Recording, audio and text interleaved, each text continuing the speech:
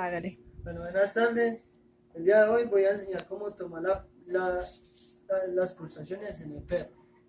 Claro que las pulsaciones se pueden tomar en tres arterias como tal, que es la arteria radial, la arteria carótida y la arteria femoral.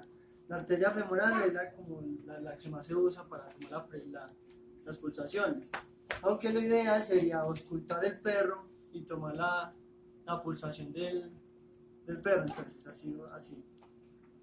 Entonces, como se haría, era eso es auscultar el animal y tomar la presión del pulso del perro, porque este sonido debe ir pues similar, debe ir igual.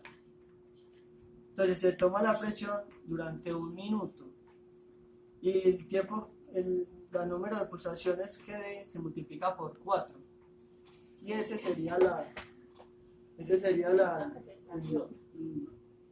número de latidos y cómo está el perro, pues tanto cardíacamente como las pulsaciones del animal, ya.